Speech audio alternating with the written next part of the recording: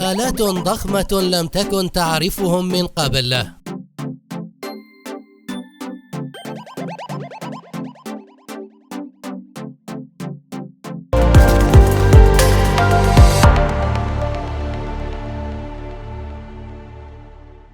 يوني موغ. عندما تشاهد هذه المركبة سوف تدرك القدرات الرائعة التي تتمتع بها، والتي تساعد الشخص على القيام بعمل الكثير من المهام بكل سهولة في الطريق، حيث يقال أنها لديها محرك يعمل بقوة 177 حصان، كما أنها تستطيع التحرك بسرعة 55 ميل في الساعة. تتعدد المهام الخاصة بها، حيث أنها تستطيع التخلص من الحشائش على الطريق أو حتى الثلج وإعادة ترميم الطريق، وإضافة الحواجز الخاصة به بكل سهولة، حيث أن هذه الأشياء بالكامل يمكن أن تحدث في المرة الواحدة من نفس الآلة، بالإضافة إلى قدرة تحريك مقود هذه العربة من الجهة اليمنى إلى الجهة اليسرى أو العكس، حتى يستطيع العامل التصرف والتحرك بالسيارة بكل سهولة، مما يؤكد على القدرات المميزة التي توجد فيها. أوتوغري. يتم استخدام هذه الآلة التي تعمل بمحرك بقوة 60 حصان بطريقة آلية بمفردها على تنظيف الأرض من الحشائش بهذا الشكل، أو حتى تنظيفها من الثلج، مما يدل على قدرتها على التعامل في مختلف الظروف البيئية، ويتم التحكم فيها من خلال وضع هذا البرنامج على هذا التطبيق، الذي يجعل هذه الآلة قادرة على العمل بمفردها بكل سهولة دون الحاجة إلى تدخل وتعديل من الإنسان، ولهذا فهي تعتبر من الإنجازات الرائعة التي تسهل على الإنسان حياته والعديد من الأعمال التي يقوم بها.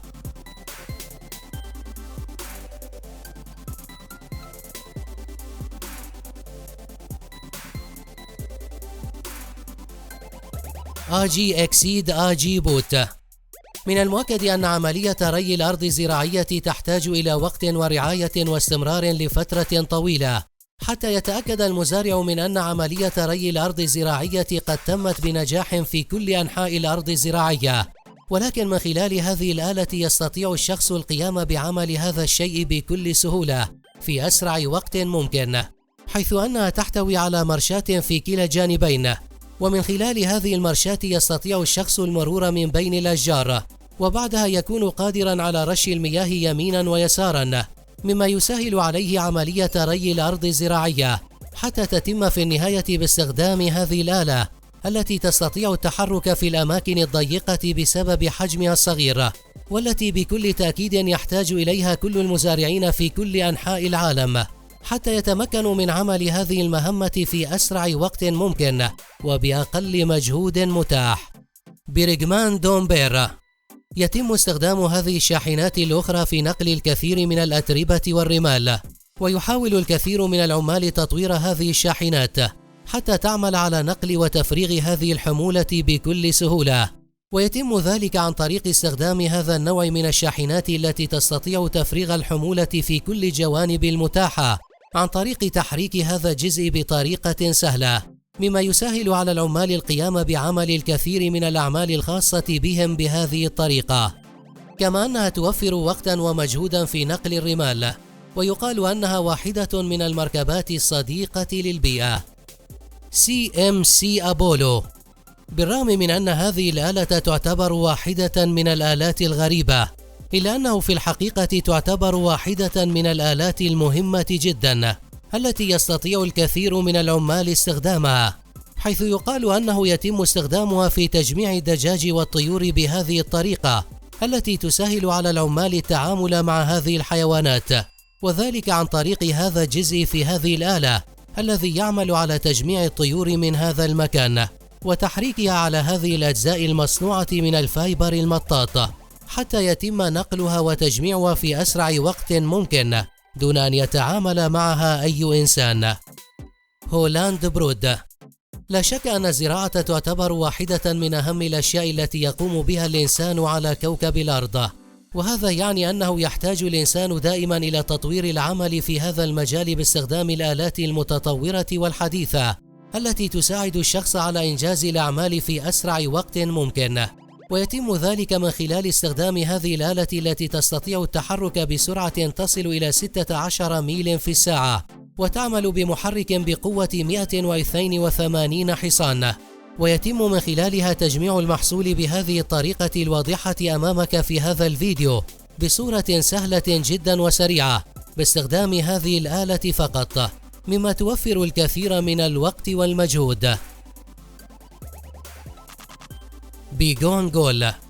تم تصميم هذه الآلة بهذه الطريقة حتى يستطيع الإنسان من خلال هذه الآلة الحصول على تجربة مميزة وفريدة من نوعها، وذلك عن طريق تحريك العجلتين الإضافيتين بهذا الشكل، مما يزيد من قدرة وتحمل هذه المركبة في نقل الأشياء وتحريكها من مكان إلى آخر بكل سهولة. ويقال أن عملية استخدام هذه العجلات الإضافية تتم بطريقة سهلة للغاية عن طريق ضغطة زر بسيطة، وبعدها يكون الشخص قادرا على زيادة قوة وقدرة وتحمل هذه المركبة.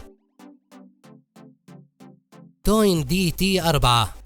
بطريقة ذكية جدا تم صناعة هذه الآلة التي تعمل على تجميع الثمار من فوق الأشجار، ويتم ذلك عن طريق الدخول إلى الأرض الزراعية، وبعدها تستطيع هذه الآلة الاقتراب من الأشجار واهتزاز الأشجار بدرجة كبيرة جدا، مما يسهل على العمال عملية إسقاط الثمار من فوق الأشجار في أسرع وقت ممكن، كما هو واضح أمامك في هذا الفيديو. وهذا يؤكد على الخبرات الكبيرة والرائعة التي يتمتع بها العمال في محاولة صناعة وتطوير الآلات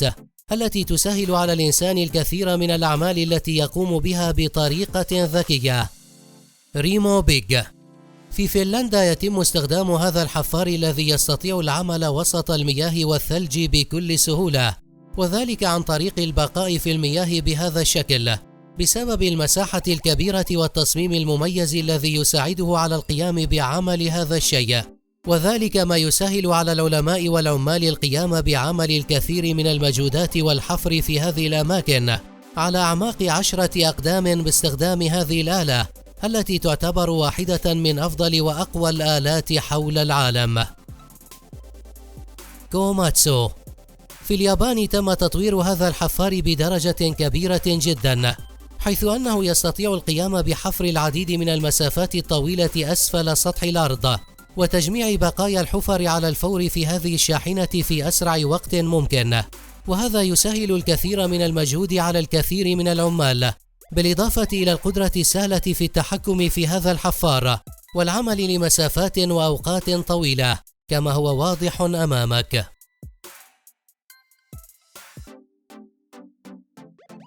ريتون ستريب.